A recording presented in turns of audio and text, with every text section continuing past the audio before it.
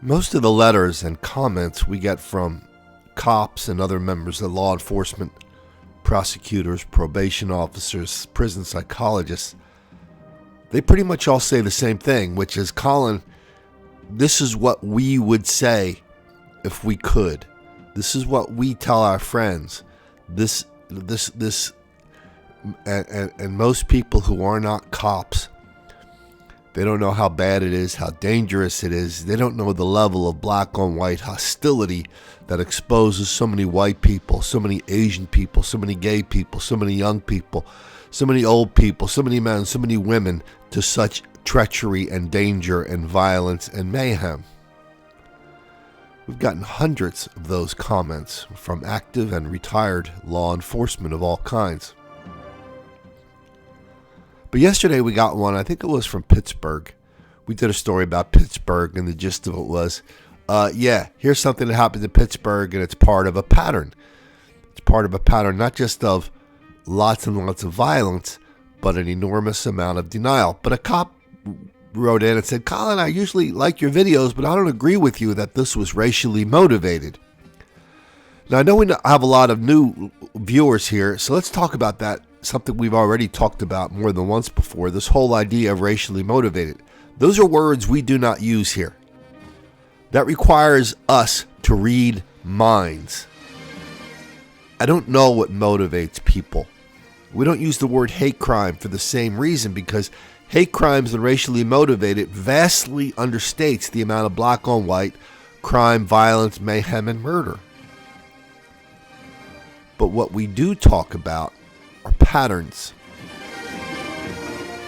And we say that the black on white, black on young, black on old, black on gay, black on straight, black on senior, black on man, black on woman, crime, violence, and mayhem is wildly out of proportion.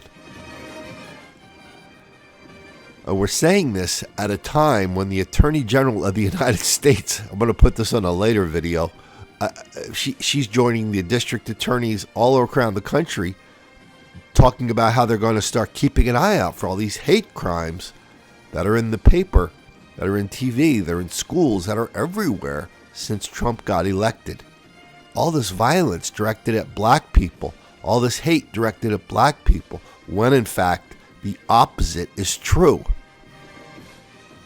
So we talk about patterns here, and because most crimes are not as convenient as this story from yesterday's New York Post, where the headline says, white schoolgirls say black gang racially targeted them in bus attacks. This is kind of a weird story, right? Because it's not the world's longest story, but it has 3 reporters on it. And so the reporters went here, they went there, they went everywhere, but not one of them. And here, here are the facts. The facts are these 4 white girls were on a bus, a bunch of black guys started hassling them, making suggestive remarks, propositioning them. That was called an unwelcome sexual advance. We talked about this recently in another video where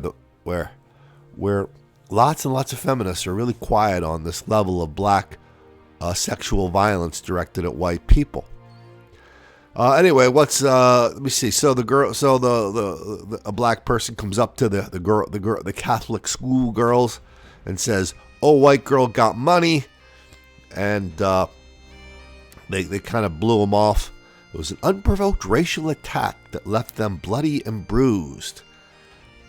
So the guys weren't getting anywhere with the lovely ladies. Next thing you know, they called their friends, some black girls.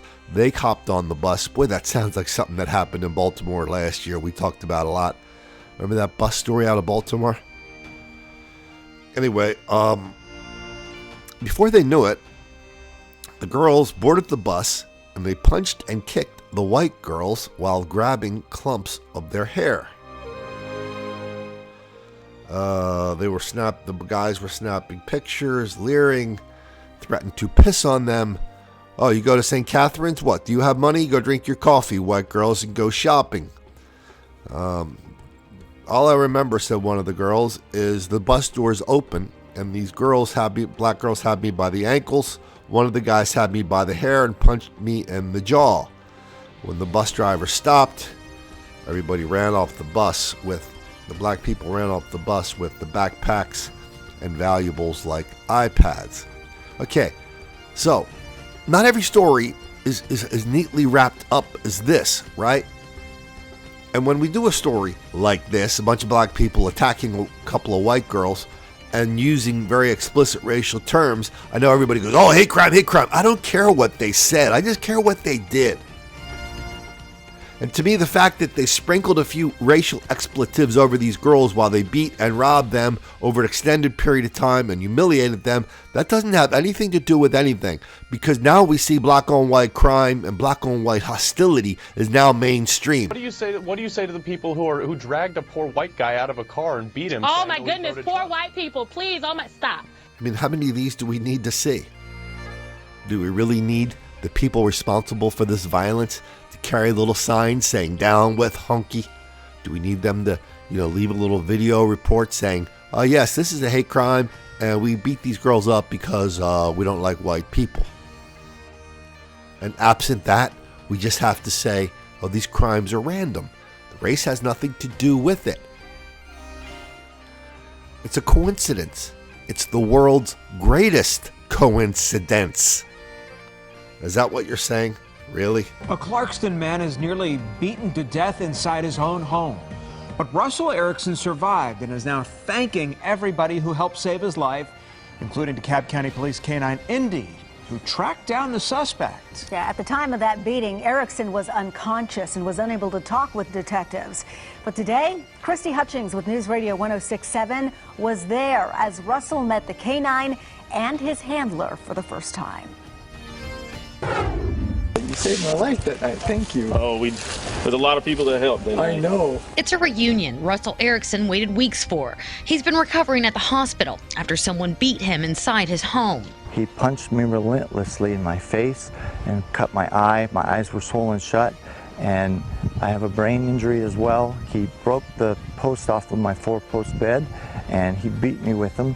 And then when I got outside, he continued to beat me. A neighbor heard Russell's cries and called police. Thank God the lady across the street, after a while, she opened the window because she had hot flashes. And that's the best thing in the world. Ladies who have hot flashes is wonderful, because she opened that window and I heard me yelling. Paramedics rushed Russell to the hospital while police were left to try to figure out who did this. With Russell unconscious, they didn't have much information. That's when they called in DeKalb County police officer Norman Larson and his K-9 Indy. But by now, close to 2 hours had passed, and Larson didn't know how much help they could be. Indy picked up a track right away, and immediately my thoughts changed. Okay, the guy could still be out here.